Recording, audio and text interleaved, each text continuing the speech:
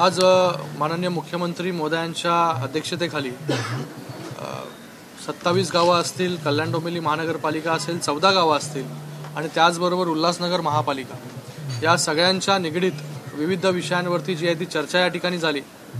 सर्वप्रथम मी 14 गावांवरती येतो की 14 गावांमध्ये राहणाऱ्या सगळ्या जे भूमिपुत्र आहेत, सगळे जे गावकरी आहेत, रहिवासी आहेत, त्यांची मागणी होती की नवी मुंबई महानगरपालिकेमध्ये जे आहे हे 14 गावांचा समाविष्ट त्या ठिकाणी केला गेला पाहिजे। आज तसा निर्णय जो आहे माननीय मुख्यमंत्री महोदयांनी त्या ठिकाणी घेतला, त्याचा GR देखील नोटिफिकेशन देखील त्या ठिकाणी काढण्यात आलेला आहे आणि 14 गावांना जे आहे हे नवी मुंबईमध्ये समाविष्ट करून जे आहे सरकारने त्या ठिकाणी घेतलेलं आहे।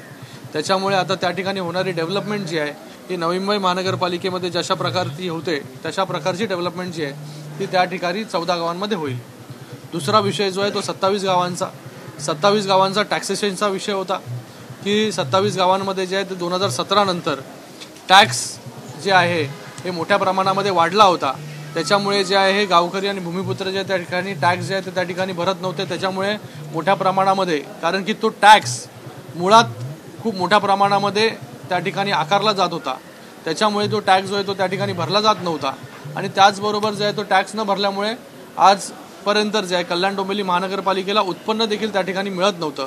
पण आज माननीय मुख्यमंत्री महोदयांनी त्या ठिकाणी निर्णय घेतला की जी टॅक्स 2017 मध्ये ज्या प्रकारे टॅक्स आहे ते आकारणी त्या ठिकाणी होत होती त्याच प्रकारात जे आहे तसाच टॅक्स जो आहे तो आत्ताही देखील त्या ठिकाणी आकारला जावा, असाही निर्णय जो आहे तो त्या ठिकाणी झाला।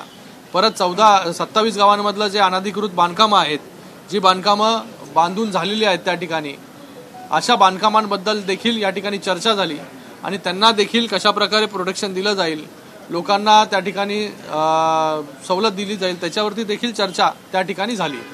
त्याचबरोबर उल्हासनगर महानगरपालिकेचा खूप वर्षापासूनचा प्रलंबित विषय हा रेग्युलरायझेशनचा होता।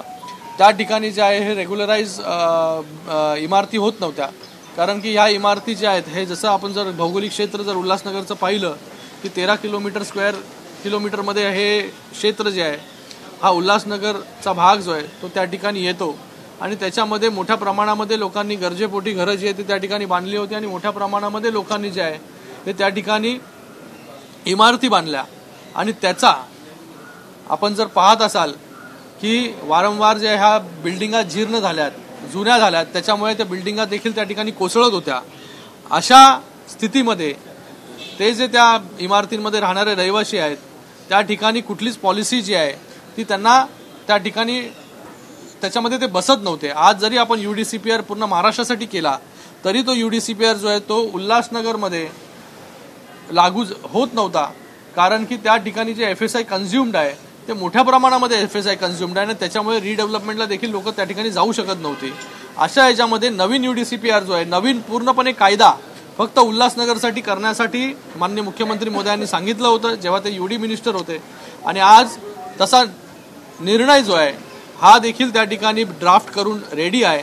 ते येत्या सोमवारी जे आहे मला वाटतं या कॅबिनेटमध्ये येईल आणि हा रेग्युलरायझेशनचा विषय जो आहे उल्हासनगरचा तो पूर्णपणे जो आहे तो त्या ठिकाणी संपुष्टात येईल आणि लोकांना जे आहे हे रिडेव्हलपमेंटमध्ये जाता येईल, त्या ठिकाणी लोकांना क्लस्टरमध्ये देखील जाता येईल। क्लस्टरची जी पॉलिसी आहे ती ठाण्याला जी आहे आणि बाकी ठिकाणी जी आहे ती 10,000 मीटर त्याच्यावरती जर असेल तरच क्लस्टरमध्ये जाता येतं। ती 10,000 मीटरची अट जी आहे ती पण आपण कमी केली आणि ती अट जी आहे ती 4,000 मीटरपर्यंत आणतोय, जेणेकरून छोटे छोटे क्लस्टर्स देखील त्या ठिकाणी तयार होतील आणि लोकांना जे आहे ते आपल्याला एक हक्काचं घर, स्वतःचं घर जे आहे ते त्या ठिकाणी मिळेल, असे निर्णय देखील त्या ठिकाणी घेतले। त्याचबरोबर आर्किटेक्ट असोसिएशन आले होते, त्या ठिकाणी हाईट रिस्ट्रिक्शनचे काही विषय होते, FSIचे काही विषय होते, ते ठाण्याच्या धर्तीवरती जसं ठाणे महानगरपालिकेमध्ये 6 मीटर आणि 12 मीटरला जो नियम लागू आहे तोच नियम जो आहे तर कल्याण डोंबिवली महानगरपालिकेमध्ये पण लागू त्या ठिकाणी होईल, असे विविध निर्णय जे त्या ठिकाणी केले।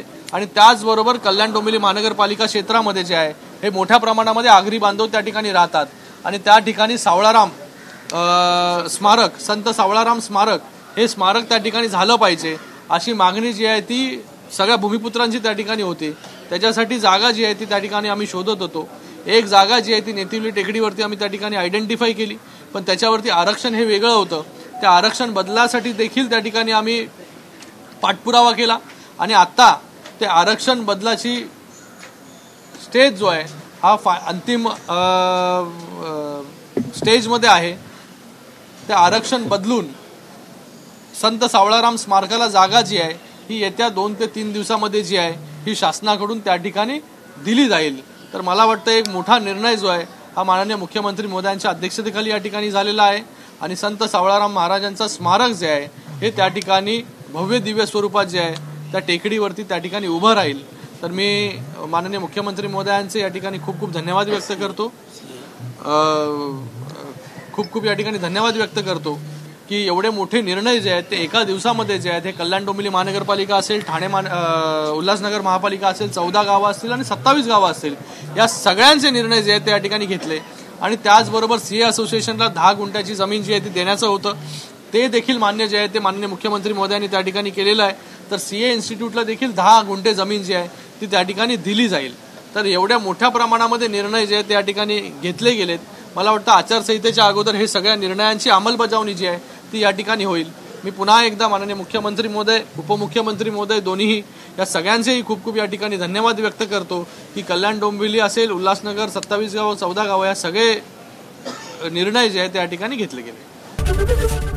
एबीपी माझा, उघडा डोळे बघा नीट।